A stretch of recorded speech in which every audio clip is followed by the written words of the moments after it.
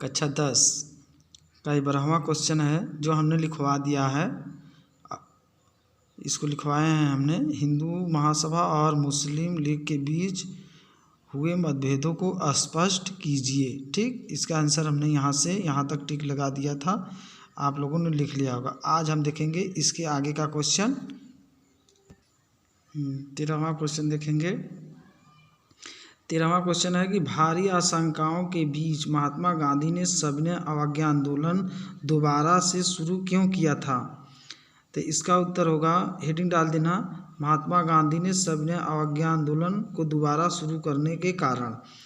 इसमें लिखेंगे गोलमेज सम्मेलन की विफलता के बाद व्यावसायिक संगठनों का उत्साह मंद पड़ गया था, उन्हें उग्र गतिविधियों का भय था।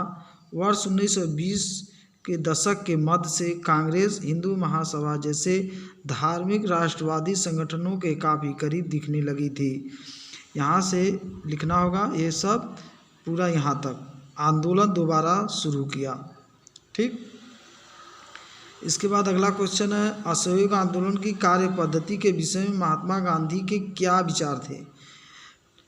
उत्तर लिखेंगे, हेडिंग असहयोग आंदोलन की कार्य पद्धति के विषय में महात्मा गांधी के विचार। इसके बाद हेडिंग डालने के बाद लिखेंगे असहयोग आंदोलन की कार्य पद्धति के विषय में महात्मा गांधी के विचार इस प्रकार थे। अगला क्वेश्चन है,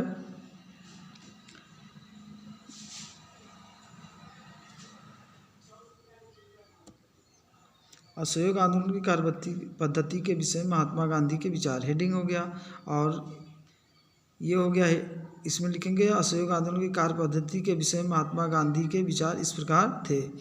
पॉइंट है नंबर 1, इसको नंबर 1 बना देना, ये है नंबर 2, ये नंबर 3, इस तरह से करके लिखना होगा। पहला पॉइंट में है वे इस चरणबद्ध योजना प्रक्रिया द्वारा आगे बढ़ाना चाहते थे। फिर दूसरा पॉइंट है प्रथम चरण में लोगों को सरकार द्वारा प्रदान की गई पद्धतियों को लौटाना, सरकारी नौकरियों, सेना, पुलिस, अदालतें, विद्यार्थी परिषदों, स्कूलों व विदेशी वस्तुओं का बहिष्कार सम्मिलित था। ये सब लिखना होगा आपको। फिर इसके बाद 15वां क्वेश्चन है अगला, राष्ट्रवाद के विकास में लोक साहित्य का क्या योगदान है? तो उत्तर हेडिंग डालेंगे, राष्ट्रवाद के विषय में लोक साहित्य का योगदान। इसके बाद ये पूरा पॉइंट लिखेंगे हेडिंग डालने के बाद। नंबर 1, नंबर 2, नंबर 1 ये पूरा यहाँ तक लिखा जाएगा। फिर इसके बाद नंबर 2 में ये यहाँ से यहाँ तक रविन्द्रनाथ टैगोर ने लोक कथा, गीत, बाल गीत व मिथकों को एकत्रित किया, लोक परंपराओं को पुनर्जीवित करने के लिए आंदोलन किया। ये पूरा लिखना होगा।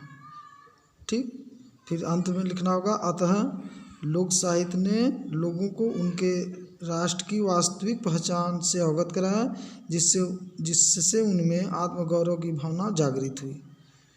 फिर अगला है इंपॉर्टेंट क्वेश्चन, प्रथम विश्व युद्ध का भारतीय समाज व अर्थव्यवस्था पर क्या प्रभाव पड़ा? तो उत्तर हेडिंग लिखेंगे, प्रथम विश्व युद्ध का भारतीय समाज व अर्थव्यवस्था पर प्रभाव। ये पूरा लिखेंगे यहाँ तक, ये पूरा यहाँ तक लिखा जाएगा। ठीक, इसको आप अच्छी तरह से, ये सब क्वेश्चन जितने बताए जा रहे हैं सब उसको आप अच्छी तरह से लिख कर याद कर लीजिए। अगला क्वेश्चन है, उन परिस्थितियों की व्याख्या कीजिए जिसमें गांधी जी ने वर्ष 1931 में सविनय अवज्ञा आंदोलन को वापस लेने का निर्णय लिया। ठीक, तो इसमें हेडिंग डालना होगा कि गांधी जी द्वारा 1931 में सविनय अवज्ञा आंदोलन वापस लेने का निर्णय। ये पूरा लिखेंगे यहाँ तक। जो आप दिखाई दे रहा है यहाँ निम्नलिखित कारण थे, लिखने के बाद 1, 2, 3 ये पूरा लिखना होगा ये। फिर अगला क्वेश्चन है कि सक्रिय राजनीति में भाग लेने से पूर्व गांधी जी ने किन किन स्थानों पर सत्याग्रह आंदोलन के इनके आरंभ करने के क्या कारण थे? ठीक, ये पूरा लिखेंगे आप कि सक्रिय राजनीति में भाग लेने से पहले गांधी जी ने अपने गुरु गोपाल कृष्ण गोखले, प्रश्न पूछता है कि महात्मा गांधी के गुरु का क्या नाम था, तो आपका आंसर यही होगा, गोपाल कृष्ण गोखले। ठीक, ये लिखना याद कर लीजिए। गोखले के कहने पर भारत भ्रमण किया और इस दौरान उन्होंने कई स्थानों पर सत्याग्रह आंदोलन चलाए। जिनमें प्रमुख है चंपारण सत्याग्रह, ये भी पूरा लिखना होगा यहाँ तक। फिर ये गुजरात सत्याग्रह, ये भी। फिर इसके बाद है अहमदाबाद सत्याग्रह, अहमदाबाद सत्याग्रह, ये भी आप पूरा लिखेंगे यहाँ तक। ये आ गया आपका लघु क्वेश्चन। अब हम देखेंगे विस्तृत क्वेश्चन, विस्तृत उत्तरी क्वेश्चन। विस्तृत यानी दीर्घ उत्तरी प्रश्न, जो कि 6 अंक के पूछे जाते हैं। विस्तृत में पहला क्वेश्चन है, सत्याग्रह क्या था गांधी जी द्वारा आयोजित? सत्याग्रह क्या था? गांधी जी द्वारा आयोजित कुछ सत्याग्रहों का वर्णन कीजिए। अथवा सत्याग्रह अहिंसा के माध्यम से युद्ध जीता जा सकता है, उदाहरण सहित व्याख्या कीजिए। ये सब अथवा क्वेश्चन लिखने के बाद उत्तर आप लिखेंगे कि गांधी सत्याग्रह, हेडिंग डालने के बाद लिखेंगे ये भी अथवा क्वेश्चन लिखें, महात्मा गांधी के सत्याग्रह पर एक निबंध लिखिए। तो उत्तर आप सत्याग्रह हेडिंग डालने के बाद लिखेंगे ये पूरा यहाँ से लेके सफल प्रयास किया। कुछ सत्याग्रह निम्न है। पहला पॉइंट ये लिखेंगे, ये पहला हो गया आपका, ठीक। उसके बाद दूसरा, तीसरा, ऐसे करके लिखना होगा।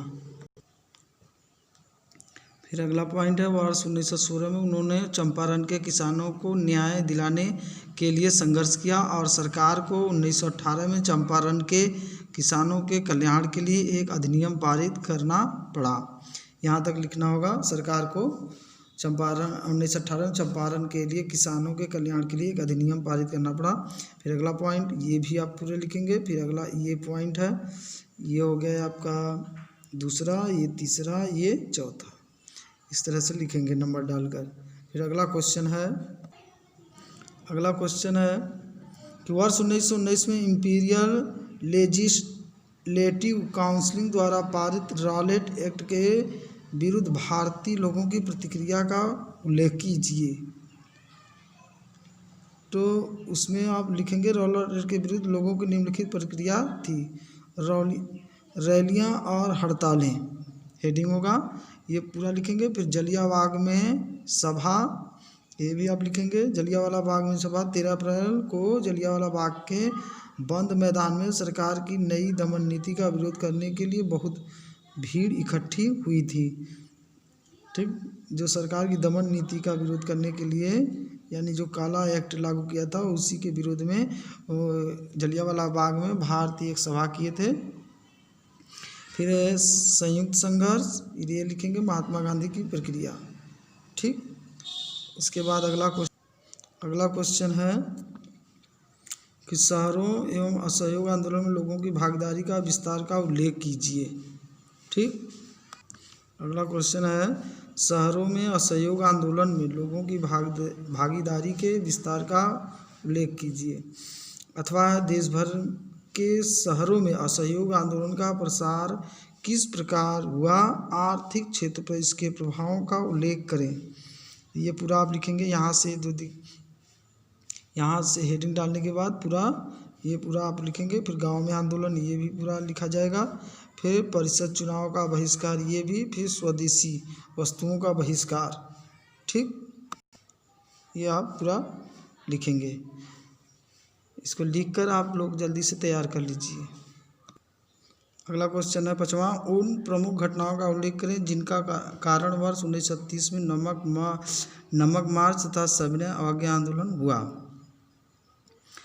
ठीक। तो हेडिंग डालेंगे कि उन प्रमुख घटनाओं का उल्लेख जिनका 1930 में नमक मार्च तथा सविनय अवज्ञा आंदोलन हुआ। तो इसमें ये पूरा लिखेंगे, जिनका विवरण निम्नलिखित है। ये लिखने के बाद आर्थिक कारण, ठीक। फिर इसके बाद अगला है व्यावसायिक वर्ग में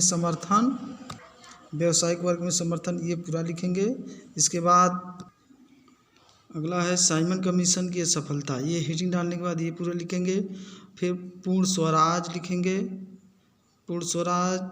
फिर गांधी जी के 11 मांगे अस्वीकार, ये हेडिंग होगा। फिर नमक आंदोलन, ये पूरा लिखेंगे, ठीक। ये पूरा आपको लिखना होगा एक क्वेश्चन का। फिर अगला सविनय अवज्ञा आंदोलन की शुरुआत किस घटना से हुई। सविनय अवज्ञा आंदोलन असहयोग आंदोलन से किस प्रकार भिन्न था। तो उत्तर लिखेंगे 6 अप्रैल 1930 को गांधी जी दांडी पहुँचे। समुद्र जल को उबालकर नमक बनाया और नमक कानून तोड़ा।